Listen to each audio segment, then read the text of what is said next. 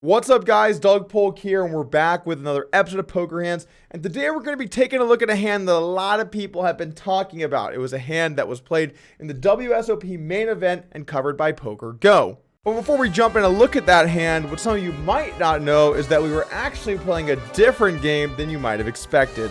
Who doesn't want to be a millionaire? Under the Gun opens to a little over 2 blinds. The hijack then re-raises kings to 1.1 million. The button comes in over the top for 2.55 million chips. You're in the small blind with 9-8 offsuit and 9 blinds. What do you do? Is it A, fold? B, definitely fold? C, oh my god, fold? Or D, call? It's a tough spot. Take your time. You selected D, call. Is that your final answer? Oh no, it was actually A, fold. Tough heartbreaker here on who doesn't want to be a millionaire. I really think you should have asked the audience. Those guys always know what's right after the hand happens. Back to the hand. This is a hand that's been getting a lot of talk in the poker community, no doubt about it. Because it's not often you see someone put everything all on the line, calling off their tournament life with 9-8 offsuit, facing so much aggression. But, and I want to make sure this is clear, this is not a good play.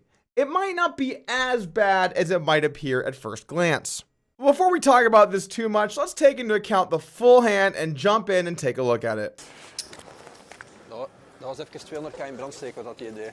Meer misschien. 360. Ace Queen suited now for Campo.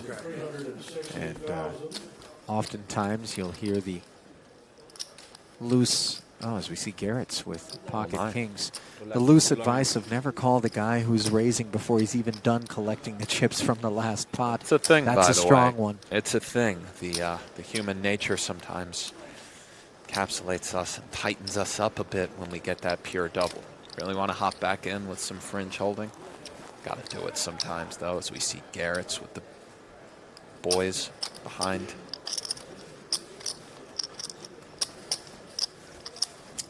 Raise 1.1. Mark raises to 1.1 million. Low jack cutoff, ace queen suited. A strong hand, just north of 40 bigs. See if Campo thinks along the lines that you were thinking of, Ali, that maybe Garrett's is picking on him, given that he just won that pot. Maybe he will meet this 3-bet with a 4-bet. Fan in the tank behind on the button with this 10-7 offsuit. Yeah, Garrett's has already put the 3-bet in here.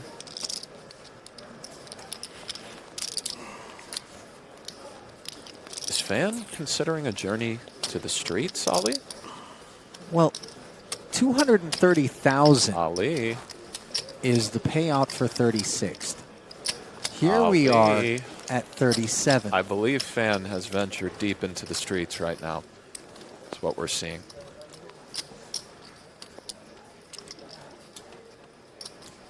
Raise. Oh, Sweet. boy. Poor timing, as we see Garrett has kings, but I thought this was going to be kind of a pretty bit of sweet display of gamesmanship, fearlessness. No. given that we're on this pay bubble of 40K. Yes, this is a bit of gamesmanship from Souza. This pay bubble is real. As we see Fan covering the table, he certainly trying to exploit that pay jump. What a bold play from Fan. Excuse me, Ricardo. Ricardo is in.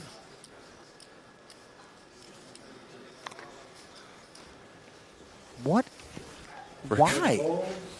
Ricardo has kind of had his man Fan sort of pegged right. You know, he could have him dominated. As we see, Garrett's just can't quite believe his eyes. I mean, this is absurd. when these get on their backs, Great price from Souza, but 9-8 offsuit. Pay jump. does Garrett's elect to just It's, get it in here? it's a bit shocking. Yeah, I think there's enough out there to just jam. Let's go. Maybe get some sort of hand out of there, deny a little equity, and run him. I really want to get that pay jump, so I just folded it. Yeah, that's it. This spot that you first means, yeah. This one, no? Yeah, I think Wow. it's never, I guess. Yeah, king's never, but queen is Normally You don't see pots of this size at this stage of the main event involving both the 8-9 and the 10-7 offsuit. Garrett's just can't believe it. He's played very well today. Posed, making logical decisions. Finds himself 2 kings in this crazy spot, counting up. They will be going in, aren't we? This fan already knows that he'll be having to show this 10-7 if Garrett's bows out. Versus we know that won't be happening.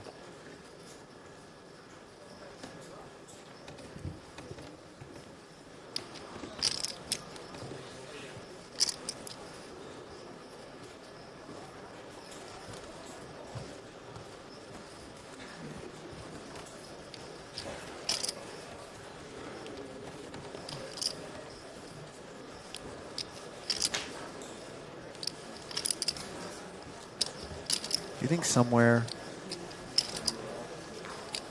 Garrett's grandparents' couch is just missing a big piece of the upholstery?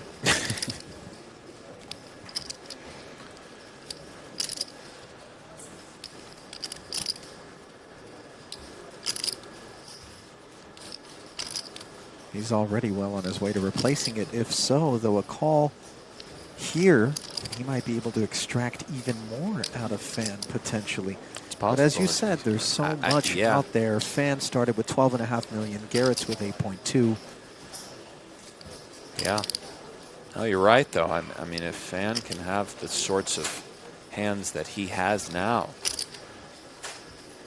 we can advocate calling, but just shipping it in, given there's already 5.7 out there. It's hard to argue against that, Ali, with kings. What a spot for Martin Garrett. Triple checking these kings.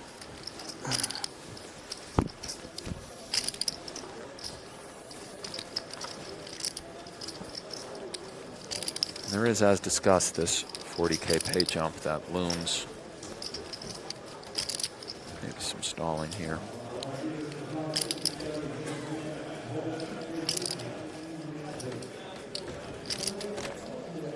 If Fan showers him, but Souza were to win. Wait a little bit. Maybe somebody gets busted on the outer tables. But what a tank here from Garrett's. Maybe weighing call, click, or just jam. But not really sure at this point. Maybe Garrett's understands the pay jump that looms. Right.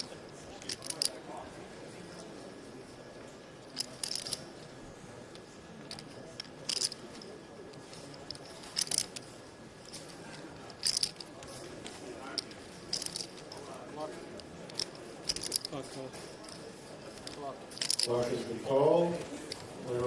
Oh, and he's getting the clock called on him. By Souza, of all people. Yeah, Souza wants to run these cards, man.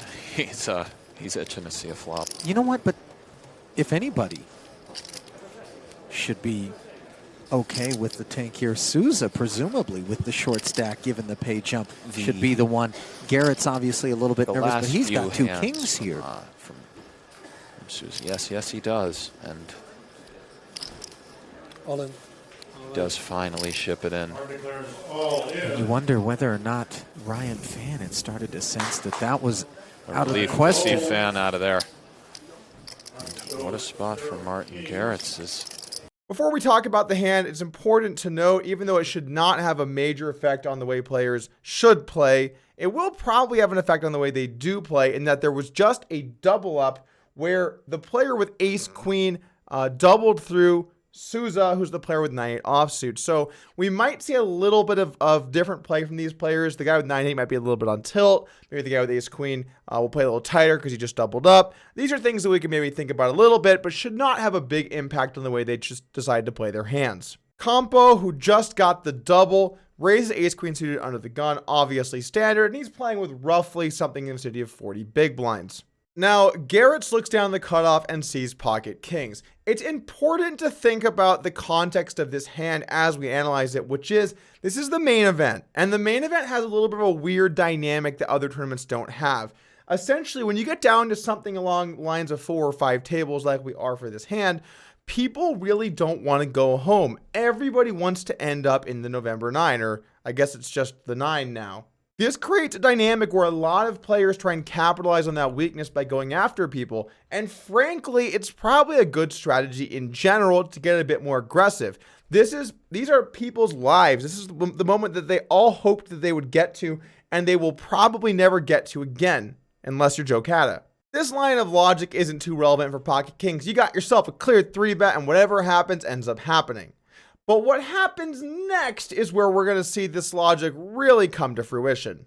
Fan, who's sitting on about 75 big blinds here, looks down at the 10-7 offsuit and decides, you know what? This is a good spot. I'm going to give you guys a little piece of advice. You never, ever have to do this. I'm not saying you shouldn't bluff here. You can definitely bluff here. You should bluff here.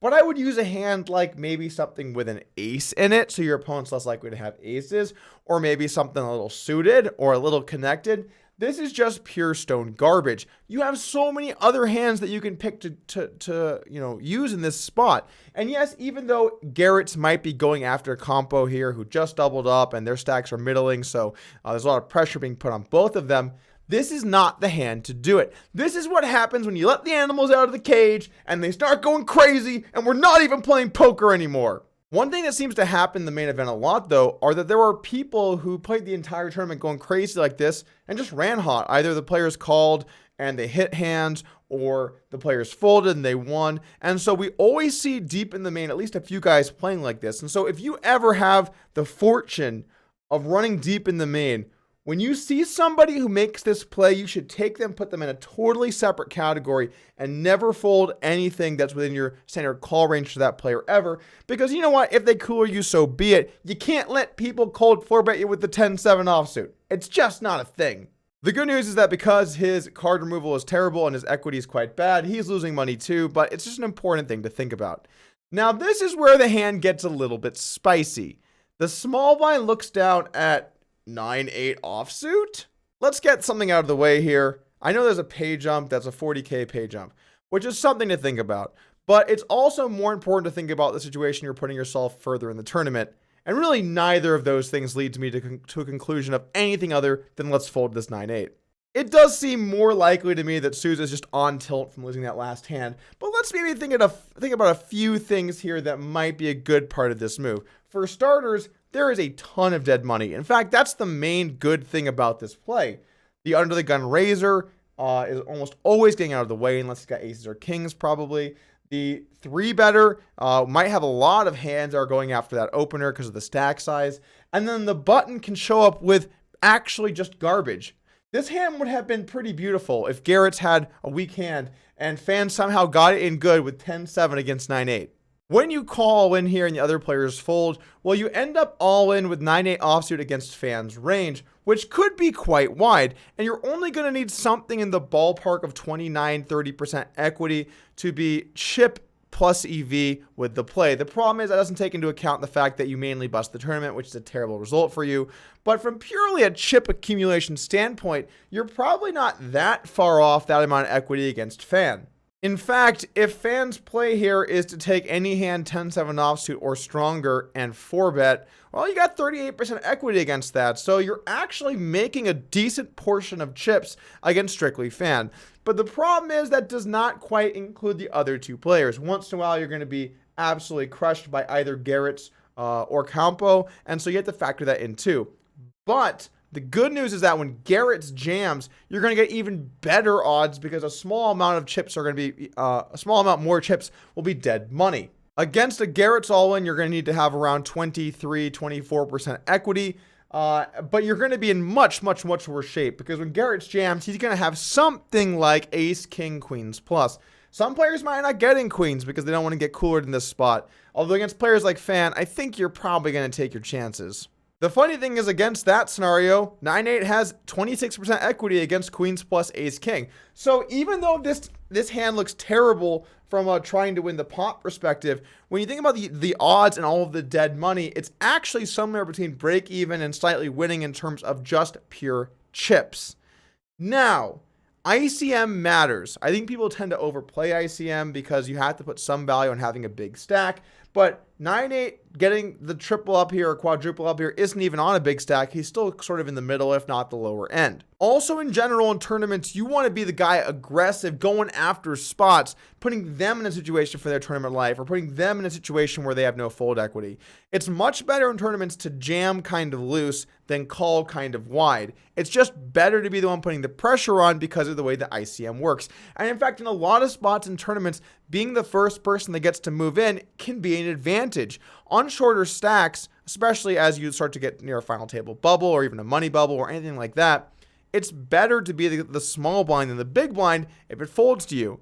And even though you're out of position, the fact you can commit yourself to the pot gives you some EV. So for these reasons, the 9-8 should fold. But it is kind of cool to look at and realize that he's probably making some chips here because ranges are way wider than they should be and there's a ton of dead money. All right, so the chips are in the middle. What ends up happening here? He is about to see the relatively shocking 8-9 offsuit. See if this little bit better than a 4-1 favorite can hold. Wow. Almost 6 million Sometimes you got to roll the dice, Ali. in the pot. Yeah, and by the way, Garrett's is going to collect the side. As, I took very long because of the pay jump. oh, Yes, mea culpa. makes It's in your sense. favor. This was in your favor. Yep. There's like a 40k pay jump. Susan not really How wanting to long hear I it waited, enough. how better for you. Is he soliciting a thank you after? I after think he's turning just the trying to kings let up? him know that he wasn't delivering some sort of a needle or you know, over Hollywooding, that it was the pay jump, and had he gotten entangled with Fan and gotten knocked out, he wanted to give himself some time, allow an outer table bust to possibly happen. But as we see, Garrett's Susan, awful shape.